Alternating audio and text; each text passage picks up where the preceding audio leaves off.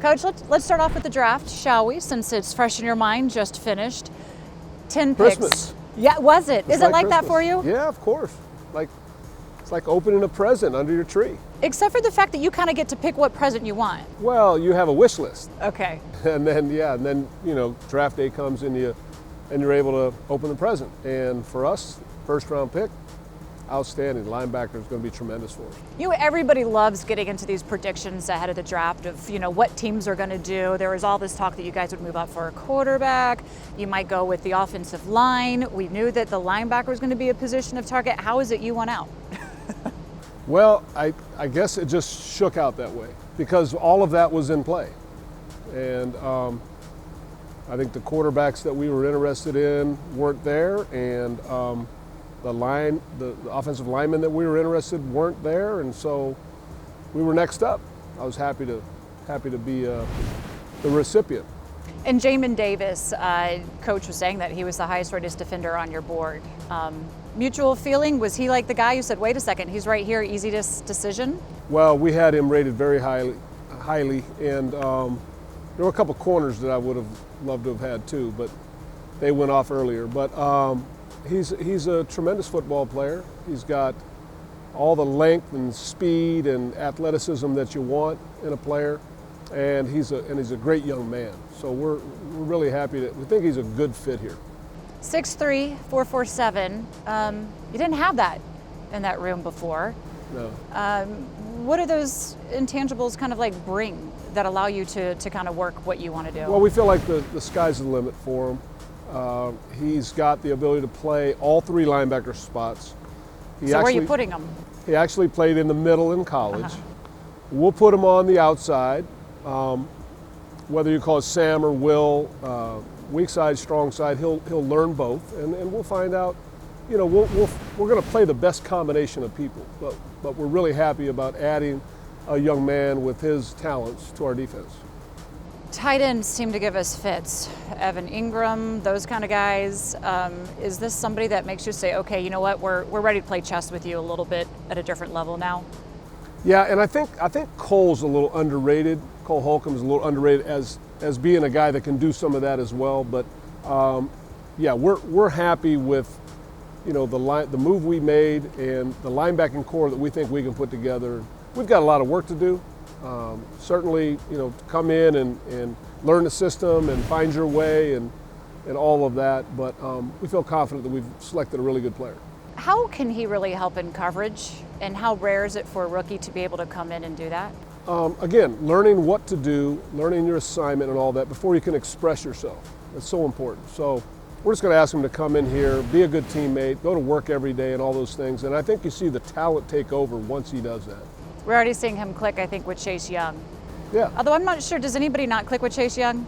No, I think Chase took him to dinner right away. Yeah, I heard Chase did a lot of jibber jabber to it as well. Well, Chase is a great young man, and we're adding pieces like that will be part of this unit for a long time. While we're kind of on this topic of the linebacker, we took Jamin. Micah Parsons went a couple before to the Cowboys. What kind of fits do you anticipate him providing our offense twice a year? Well, we'll see what they want to do with him. I mean, they're talking about a Bobby Wagner type impact for that kind of defense, and if he lives up to that billing, then obviously we'll have to deal with him. Can you give the offense some tips? Can I? No, yeah. they'll do just fine on their own.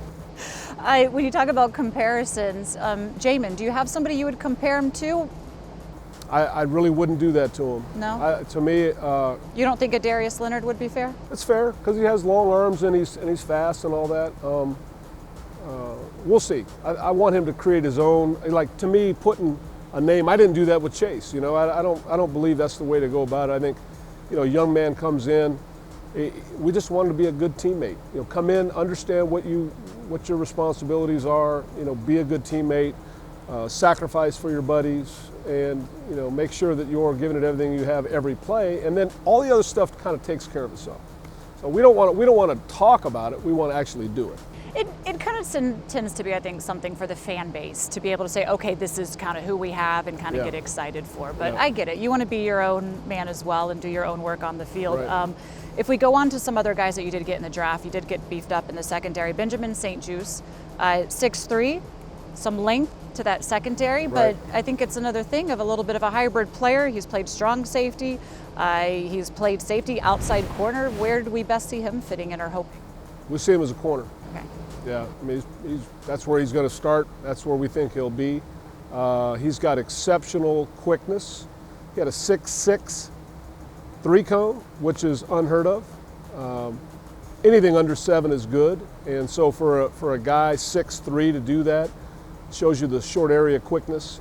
He's a physical player. He'll show up on the edge of your defense, and so much of today's offenses, you know, the Shanahan and all the run systems, they want to make your corner. They drag them into the fit, and they're cracking with their wideout and forcing the corner to play. Well, this guy will show up and strike you. So we like that about him. Aggressive. He is. Which we like. Played press and man kind of in college. With that skill set coming in, and also William Jackson III that you brought in, Right. He's the man guy as well. Does it kind of change what you're able to maybe do in the secondary? I know last year it was a lot of zone defenses. Yeah, we played a lot of zone. We played it well. So we will get our guys and work our guys and then take advantage of what we think they do best. We do think we've added some ability to play a little more man, which frees up the defense coordinator to call more pressures. Things like that are in the mix, but we'll see. You know, it's we think for sure with William we've added a guy that can go out there and cover the best receivers in the league, and with St-Juste we think we've added a guy that brings talent, toughness, quickness, and certainly gives us the ability to do the same thing on both sides of the defense. And then you bring in Derek Forrest, 5th round out of Cincinnati, played Yeah. 4 years there, was a team captain. He says one of the things he prides his game on is the film study, which allows him to play faster, be in position, kind of know where to be, and he took a lot of pride in that. Also said he's quick to step in on special teams, but where That's do right. you want to plug him in? He'll start out on special teams, and he adds speed, toughness, aggressiveness, and he's a culture builder. This guy's wired right, does things the right way. Their head coach at Cincinnati, Luke Fickell, is a person that I've known for quite a while, and you know, he was very complimentary of this young man. I look forward to working with him. He mentioned his coach. He said he was coached up really well at Cincinnati, so it's not surprised that you bring the same thing as well. And I've heard that from other alumni. Oh, he went to Cincinnati, this was his guy. Which goes to show the value that coaching can have to kind of really help guys take those next steps as well. Absolutely. When it does come to that as well, it's kind of interesting putting it in that room. You also have Landon Collins kind of fitting in. There's a lot of talk after him of injury, after seeing what Cameron Curl was able to do, where he belongs. Where is his role going forward on this team? Talking about Landon? Yeah. Oh, he's strong safety, working his butt off, getting in shape. I asked him to be just a little bit lighter this year. I think another year in the system, understanding what we do, how we do it, making sure he's in the right places at the right time, and that he can be the impactful player that we think he's capable of being. So I'm looking for Landon to take a step forward this year, play even better. And then what does that mean for Cameron Curl? It means Cam will be playing like he did last year, whether he plays in the Buffalo nickel, whether he plays free safety, whether he spells Landon, or however he creates his time. So the thing about Cam, he came in here and all he did was work. You know, from day one, this is a young man drafted in the 7th round. Nobody really expected much of him, and he just went about his business every day. And when he was asked to play, he played and played well. Coach Chris Harris also said when it came to him, you could tell he was going to have an impact. And I think you said this as well, just the way he was paying attention to the meetings. Like, he seemed to get it in at the a different Zoom level. meetings. He's like the first one. He's winning all the contests that Coach has for him. They have little game shows they play and little contests that they do, and kind of to make it fun. But you're really finding out who knows, who can think quick, who understands what they're doing. Cam was always at the very top. And his teams, wherever you plug him in, he will go. But okay, now we know. Landon Collins staying right there at strong safety. Rumors He'll play safety, and that doesn't mean we won't play the safety in the box some. A lot of people are talking about he should move to linebacker full time. Right. We've got linebackers. He's a safety. We need him to play well in a safety role, but sometimes that will be down in the box, which can look like a linebacker. All right. Also, if we're talking about the 7th round, you got 2 depth guys on the D-line, Shaw Katoni and William Bradley Heen. Shaka Toney played with a lot of really, like Micah Parsons, elevated talent. Many didn't think he would be there in that round. Were you a little bit surprised by that, and how are you looking forward to him adding in depth? To me, when you take a 7th rounder, you're giving him the opportunity. It's almost like a free agent. It really is. At the end of the draft, the expectations will be low, a lot like Cam Curl. Doesn't mean you can't burst on the scene and have a big impact. But nobody's expecting it. So really all he needs to do is come in here and bust his butt and get into the playbook and understand where he belongs. And William Bradley King as well, come in here and compete, because right now they're just competing for a spot on the team. And then we'll see what they can do with that. As far as Shaka Toney, he played some linebacker in college too. Right. You think of standing him up at all? We might cross-train him. Yeah, you're on top of it. I wouldn't be giving away your secrets, Right, but you know, that's no, the it's thing. not a Will. secret. We're gonna give him some time. I talked to him, the weekend we drafted him. I said, hey, we'll probably have you take some reps at linebacker and learn how to do that. He's like, Coach, I've done that. I'm on it. Whatever you want me to do. So it was good. I look forward to working with him. You mentioned it's kind of like Christmas now that you have these pieces. That's right. How excited do you get to kind of, know that some are going to require a little extra coaching, some are going to take a little time to really get into the game, some you might be able to, like Jamin, just plug and say, let's go. No, they all need to work, including Jamin. But I am excited because once you finish the draft, you've had free agency, you've had the draft. Now we get to work. Now we actually mold the team. Now we're Zoom meeting with the guys. Soon we'll be, having our OTAs, and we'll start practicing with the guys, and that's when you develop your football team. That D-line everybody loves talking about, kind of with the addition of St-Juste and William Jackson, do you feel like it maybe take a little bit more advantage of the ball flying up there for them?